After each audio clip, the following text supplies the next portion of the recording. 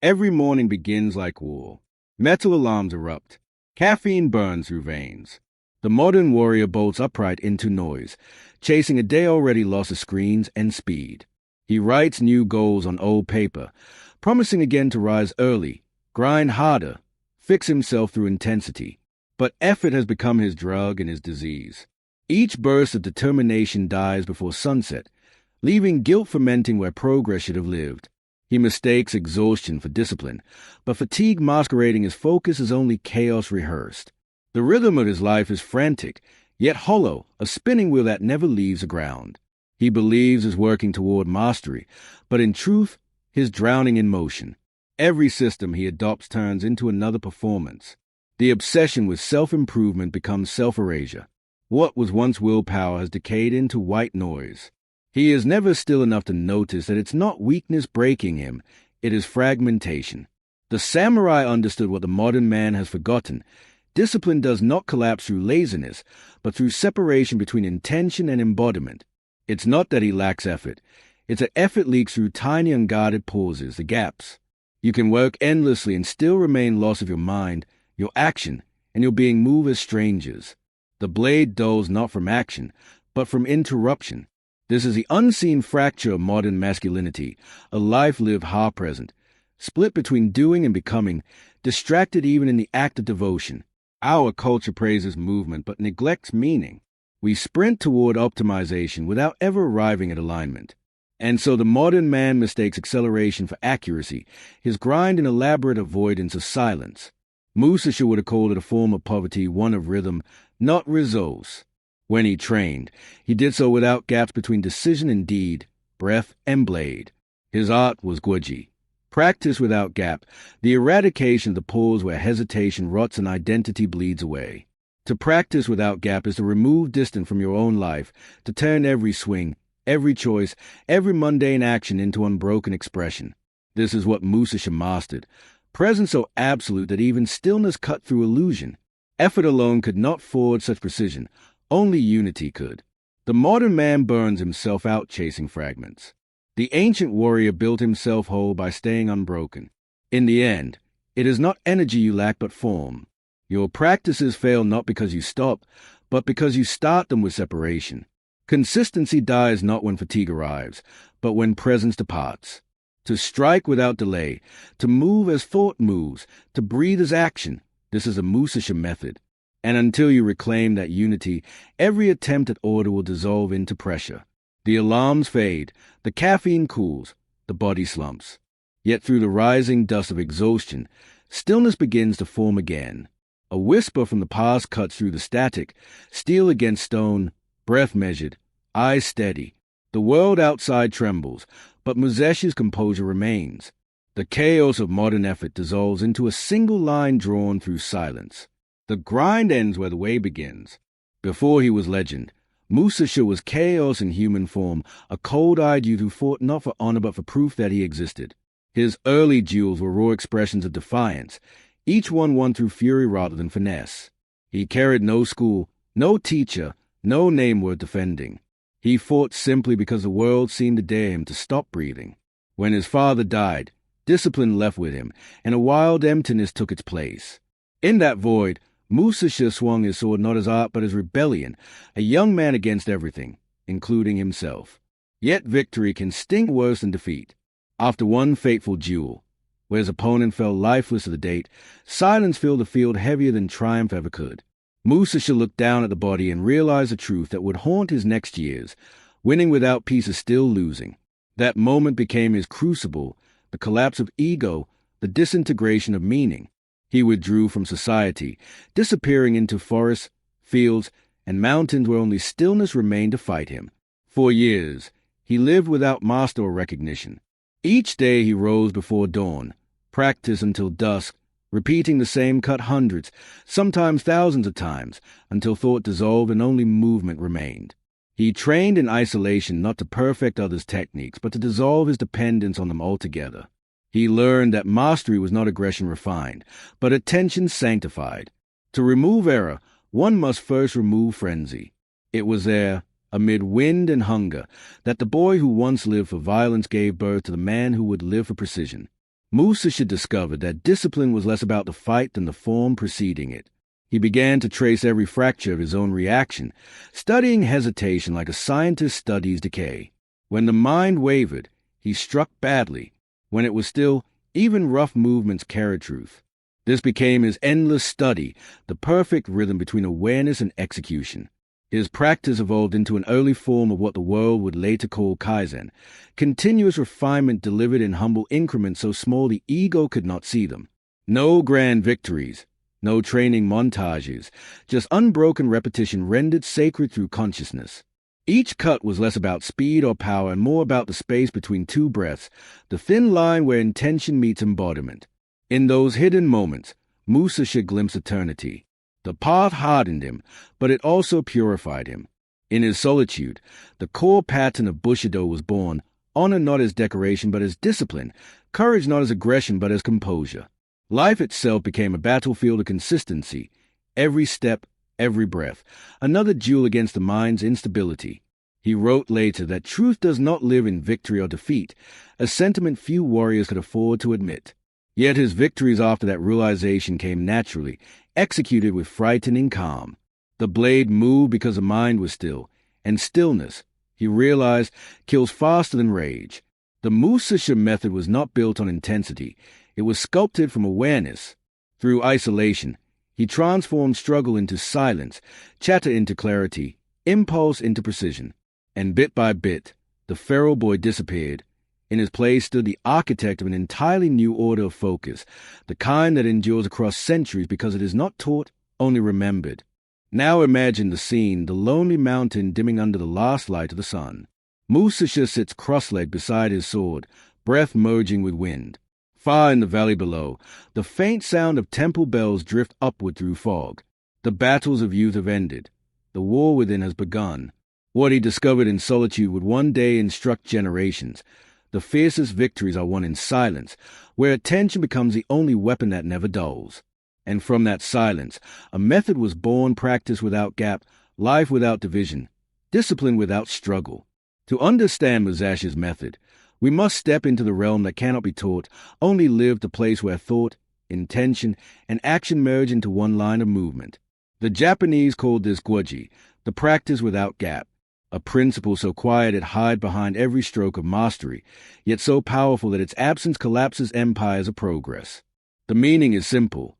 There must be no delay between your decision and your doing, no tremor between your awareness and your act. When you decide, you move not out of haste, but from total unity. The mind does not question what the body already knows. The breath, the hand, the eye, and the will, one current flowing without resistance. Guoji is the erasure of hesitation, the dissolving of mental chatter that leaks energy from form. And in a world addicted to interruption, Guoji is revolt. Imagine a brush poised above parchment. The Zen artist waits not to begin, but to disappear. The ink travels in rhythm with the breath, and the brush descends exactly when it must, never too soon, never too late. In that stroke lives his entire spirit. If the brush hesitates by even a thread of doubt, the line breaks, the life breaks, and art turns to accident. Guoji is that invisible space between perfection and fracture. It is a place where awareness holds steady long enough to carry through unbroken. When the mind hesitates, the blade falters. Musashi lived by that law. In his eyes, error was never mechanical. It was psychological. The sword didn't miss because the wrist misaligned. It missed because thought arrived a fraction before faith. The true strike, therefore, was not just a physical act, but a spiritual one, mind empty, intention whole, motion inevitable. This was the essence behind the samurai concept of kata. Repetition until the pattern devours hesitation, until instinct replaces analysis, until the body moves not as tool, but as truth. Through countless hours of kata, Musashi carved out the gap entirely. His sword practice, his calligraphy, his poetry, and even the way he poured tea were all expressions of Guoji. Nothing was casual, everything was continuous. He fought as he painted, measured, precise, responsive, free. Each duel was an act of art, each stroke of ink, a duel with blankness. His entire life became one continuous form, no separation between learning, living, or creating. Through this lens, everything became training, not performance. That was his quiet mastery, the awareness that if you live completely within each movement, consistency is no longer something you repeat, it becomes something you are. Now lay that vision over modern life. Most men live splintered across 100 screens of thought. They write but check messages mid-sentence, eat while working, dream while scrolling, speak while rehearsing replies. The modern mind is always half here, half elsewhere, its spirit perpetually divided. Where Musashi moved as one, we move as fragments. We build entire identities around multitasking as if division were achievement, feeding dopamine to stay awake while calling chaos productivity. But the truth remains, nothing solid can be built when your presence is liquid. The gap is everywhere, the pause before action filled by self-doubt, the delay between decision and doing packed with distractions, the tiny breaks where your spirit leave the battlefield. Fragmentation is a modern illness, and it kills through noise, not violence. To return to Guoji, we must train slowness before we train speed. You must learn to close the first gap, the one between awareness and breath. Inhale, exhale, and move only when breath moves. Slowness is a forge in which constancy is born. Then build momentum through consistency, small, deliberate repetitions performed daily until hesitation evaporates. The modern man rushes through form to taste victory, but mastery hides behind continuity. To practice Guoji is to become a living brushstroke, each motion clear, unbroken, aware. Whether you train, write, walk, or speak, you do so from singular tension. Not intensity, but integrity. The goal is not to do more, but to remove everything that divides you from the act itself. Guoji reveals that discipline isn't built through aggression but annulment, erasing the interference between who you are and what you do.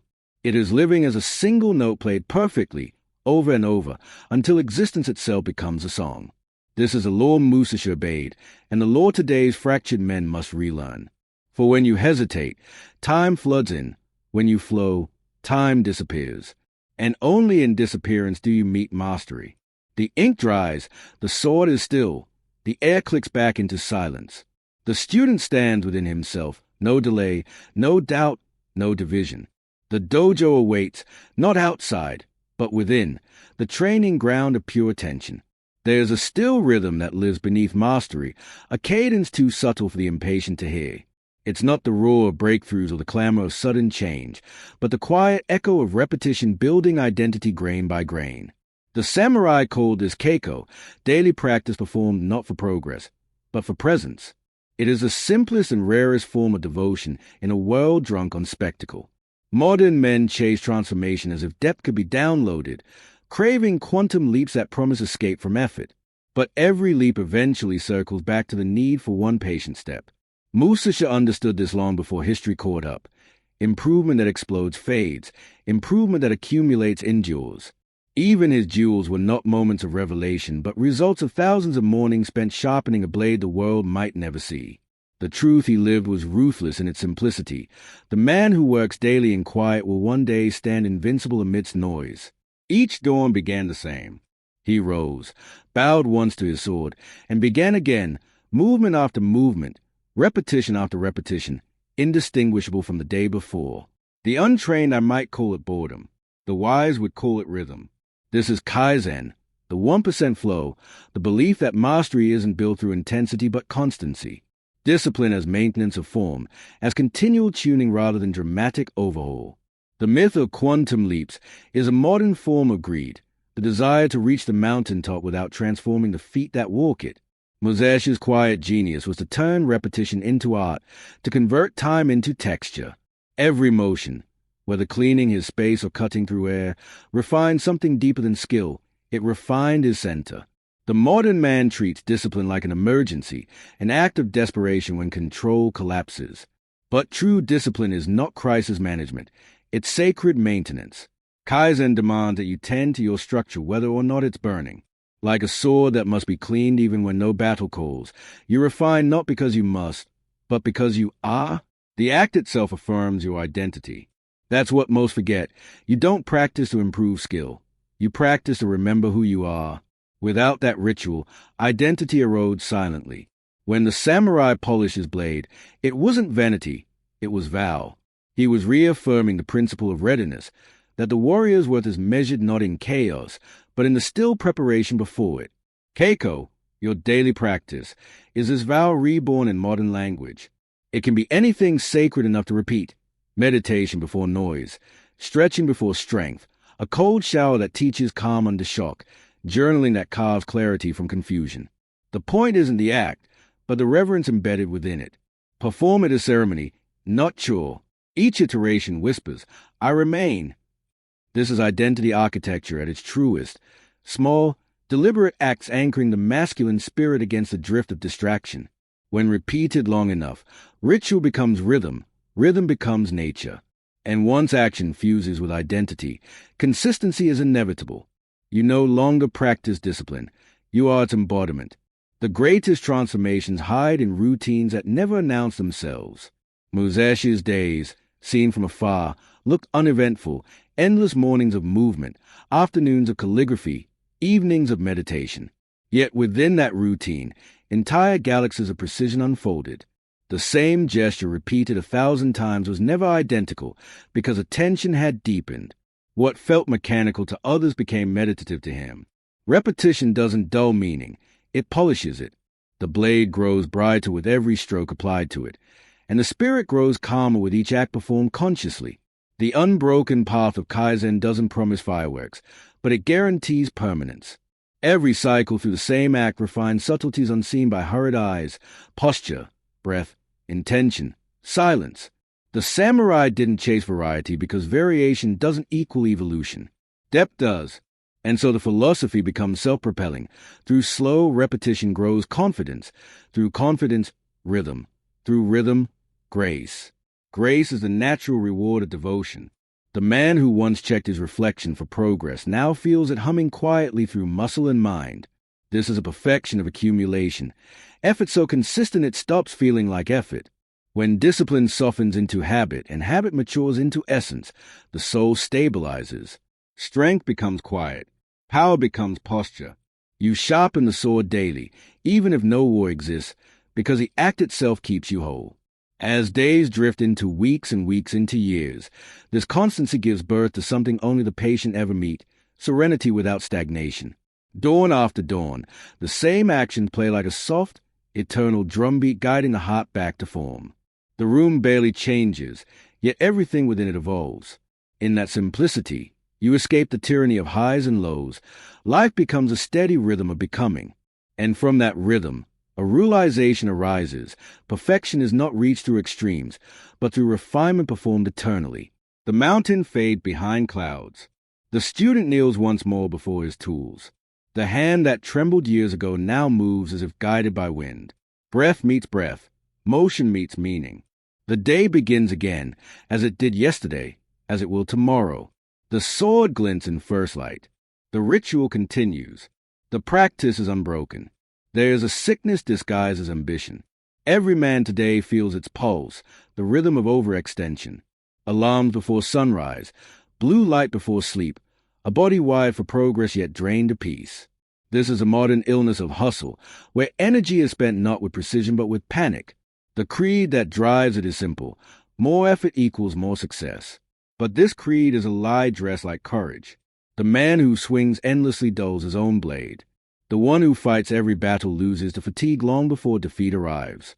The modern warrior, chained to dopamine and deadlines, confuses endurance with existence, mistaking motion for meaning. His energy, scattered and noisy, burns bright but dies fast, a torch held by shaking hands. It is not weakness that exhausts him, it is fragmentation. He never stops because he is afraid of silence. He fears quiet, as though stillness might expose just how lost his striving has become.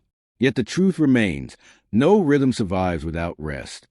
Musashi would have seen this sickness as imbalance, motion ungoverned by awareness. He taught that rhythm is twofold: advance and pause, inhale and exhale, strike and withdraw. When a swordsman forgets balance, his power collapses under its own weight. Stillness is not withdrawal, it is conservation. The modern man burns himself out because his rhythm has no recovery. He lives caught in the oscillation loop. Effort followed by fatigue, fatigue followed by guilt, guilt followed by desperate restart. The mind never rests, the body never renews, and the cycle repeats until even victories taste like exhaustion. Hustle culture sells adrenaline as progress, but it's only chemical debt. The samurai knew that mastery without pacing becomes decay. The world says speed up, Musashi whispers, but I say narrow your strike. Focus sharpens energy the way a whetstone sharpens steel. Fewer strokes, deeper impact. Consider the archer's bow. Too much tension and it snaps. Too little and the arrow falls short. True mastery lies in knowing the exact pull and release that produces precision. The same balance governs energy. The constant exertion of modern men snaps their inner bowstrings, leaving only noise and numbness behind. They seek freedom through acceleration, unaware that true speed is born from control, not chaos. Musashi's calm during battle wasn't slowness. It was intelligent motion, fast because it was measured, lethal because it was restrained. He moved less but achieved more. The untrained man thrashes, the master chooses. Burnout happens not from doing too much, but from doing too much that isn't aligned. The paradox Musashi lived in Zen later crystallized as simple. Stillness is motion perfectly mastered. A samurai resting is not idle. He is refining. Clarity widens as noise fades. In stillness, awareness magnifies, each breath restoring rhythm, each pause storing strength. Yet to modern ears, rest sounds like regression. The modern warrior tries to fix fatigue with more effort, compounding tension upon tension. He cannot stop, so he splinters. But every oscillation consumes energy that discipline could have preserved had he known how to stop correctly. The greatest warriors understood that the absence of motion is not weakness, it is resetting the blade before the next swing.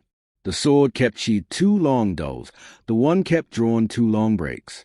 Sustainability is sovereignty. To live this principle means redefining success. It means valuing clear strikes over constant motion, flow over frenzy.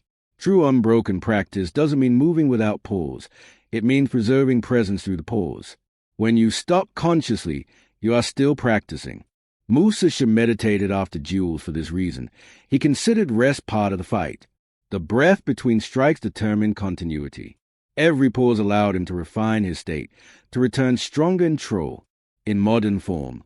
This is recovery through awareness, sleeping without shame, walking without distraction, breathing with focus until the nervous system realigns. When done right, stillness ceases to be recovery and becomes readiness. The burnout epidemic proves one truth the samurai never forgot. Strength without silence is instability. Hustle promises efficiency, but unrestrained motion drains purpose. Energy must be directed like a blade, precise and aware. To slow is not to lose momentum. It is to reclaim it. Every man who embraces stillness learns that presence multiplies performance. Clutter kills it. The moment you can stop without collapse, you've mastered rhythm. The fire burns longer when tended, not when fanned. And so the modern warrior stands at dawn, pulse steady, breath low. Outside, the world hums with noise, engines, screens, alarms. But inside, the air stills. This is not resignation. It is recalibration. He knows now that from silence comes sharpness. He will rise again, slower, quieter, deadlier in precision. No longer burning out, but burning pure. The weapon has been restored. The man has become deliberate. The storm fades to hush, and in that hush, mastery speaks without words. Stillness is a final strike. Even the sharpest blade drifts from its edge. There comes a morning when the rhythm falters, a skipped ritual, a distraction indulged, a moment of silence avoided. The body turns heavy, the mind murky, and the old voice crawls back from its cave. You're slipping, it whispers. You're back where you began. This is the inner duel, the fight no one else can witness, the moment when consistency fractures and guilt tries to rebuild the cage. For most men, relapse is failure, but in the eyes of wisdom, it is invitation. The fall is not exile. It's a mirror revealing where alignment left. The samurai understood this truth best. Even misstep is movement, if met with awareness. Musashi's journal tells of nights he doubted himself after victory, analyzing not his opponents, but the invisible battles between pride and presence. He wrote, "One must study the moment of losing. To lose once is to learn forever, if the loss is faced without flinch. Modern perfectionism poisons this truth. It disguises ego as discipline and punishes a man who feels tired, who needs stillness, who bleeds in silence. Perfectionism demands that success remain unbroken, as if flaw were contamination. But the pursuit of flawlessness fractures practice faster than failure ever could. The man obsessed with purity forgets that true mastery is process, not porcelain. The slightest crack is not a flaw, it's an opening for light to enter the art. Zen teaches, observe without judgment, adjust without violence. When awareness replaces attack, relapse becomes ritual. Each stumble points back toward center. Even Musashi, robes heavy with fatigue, would stop mid-practice and breathe, settling his spirit instead of cursing his lapse. He didn't restart the day, he re-entered it from the breath outward. This is a way of immediate correction, the Guoji return. The moment you catch yourself drifting and come back to the present, you've erased the gap. Awareness collapses distance faster than speed. The disciplined man knows now that strength is not the absence of relapse, it's a refusal to stay lost within it. When doubt rises, you turn the blade inward, not to wound, but to see. Doubt is a body smoke signal, alerting you to imbalance. Meet it with curiosity, not contempt. When the guilt surfaces, exhale it through presence. Sit in stillness and study the shape of your failure.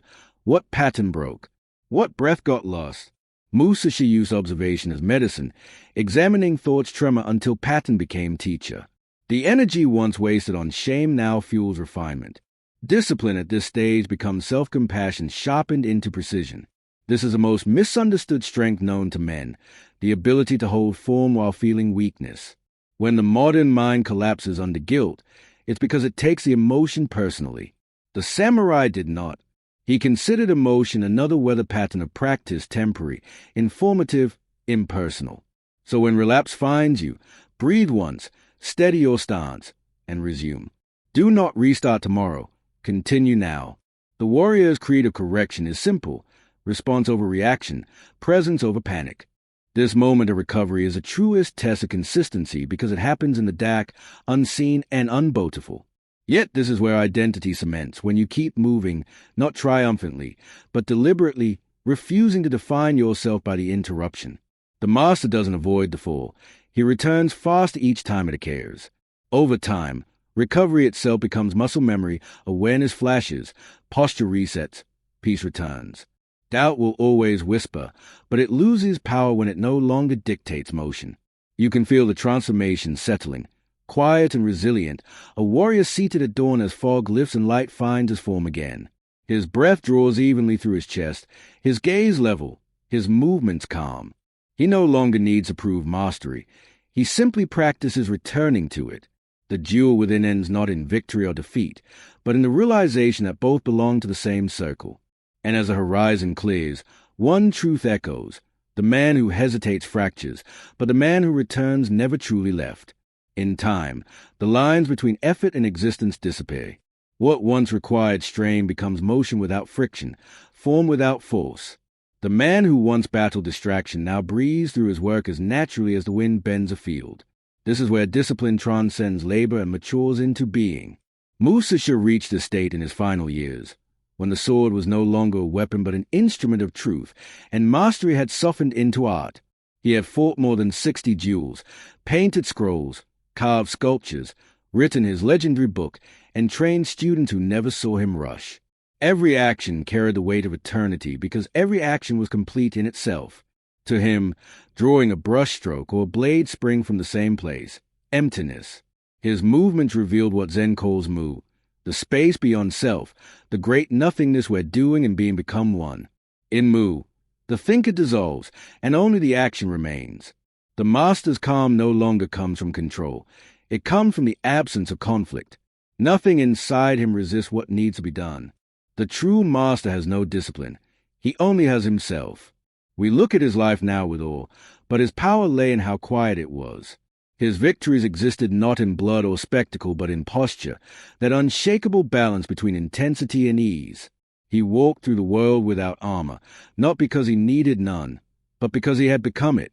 In his presence, enemies felt the futility of aggression. Students felt the pull of stillness. His art and combat shared the same pulse, deliberate, unfaltering, alive.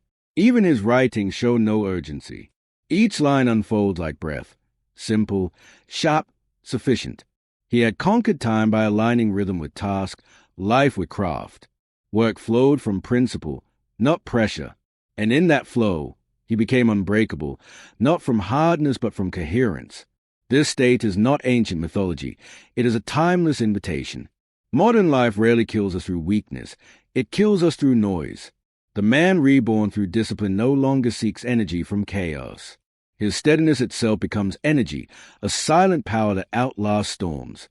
Productivity, to him, is not acceleration. It is completion. Every act is done fully, every pause honored, every breath intentional. He no longer works to prove discipline. He works because creation has become his nature. This is flow-state masculinity, silent accuracy, movement without announcement. The novice still looks for motivation. The master simply arrives. His mornings start without inner debate. His evenings close without noise. Between them, work flows with the smoothness of blade through air. It is masculinity detached from posing, power cleansed of anxiety, action freed from applause. Now imagine the master's hand, resting on a calligraphy brush. The same hand that once drew swords now paints landscapes of fog over mountain ranges. The brush glides, each curve revealing a lifetime of precision disguised as calm. The ink flows in one stroke, not perfect, but true. There is no audience to impress, no race to finish, no reward to chase. All that remains is rhythm, awareness, form. This is the end of striving, where mastery becomes identity and identity dissolves into silence. Musashi's final teaching was never written in words. It was discovered in posture, serenity as strength, stillness as strategy. So when the modern man asks what mastery looks like, he must unlearn every noise that defined ambition. It does not shout. It does not sprint. It moves in margins and breathes through simplicity. The warrior, once fractured by effort, now walks whole, his life an unbroken practice of awareness. The light fades to a dim room, a brush meeting paper one last time. The image forms slowly a circle of ink, perfectly balanced, neither beginning nor end. The man breathes out. Everything has come full circle. Only one challenge remains, to live this way long enough for it to become his nature. The brush lifts. The silence deepens. Stillness speaks. There comes a point when learning must stop and living must begin. The teachings end here, not because there is nothing left to say, but because the rest can only be practiced. The journey that began with noise now stands in silence. You have walked through confusion, burnout, repetition, relapse, and return. You have studied the stillness behind the sword, the rhythm behind the breath, the presence behind the motion. And now, as light fades and air cools, there is one act left, the vow that transforms knowledge into embodiment. This is a moment every samurai knew, the instant where intention hardens into identity. The world does not need more declarations shouted into chaos. It needs quiet promises kept in the dark. So write yours now, in ink or in mind, one clean sentence that defines the rhythm you choose to carry. Write, my path is __. Let it be the truth you can stand upon when distraction drags you, the line that cuts through fatigue, the vow only you can judge yourself by. Do not decorate it. Keep it simple. To name your path is to name yourself. My path is precision. My path is stillness. My path is unbroken work. Whatever words emerge, trust that they have chosen you as much as you've chosen them. This vow is not a goal. Goals live in tomorrow. A vow exists only in the present. A goal says I will. A vow says I am. That difference is a gate between striving and being. Whisper it once and let it settle deep enough that your next action carries its echo. Never chase discipline again, remember it. When doubt returns, repeat your vow, not as motivation, but as reminder. Language digs grooves through identity. Each repetition carves certainty where hesitation once lived. The samurai roto is not for ceremony, but for structure.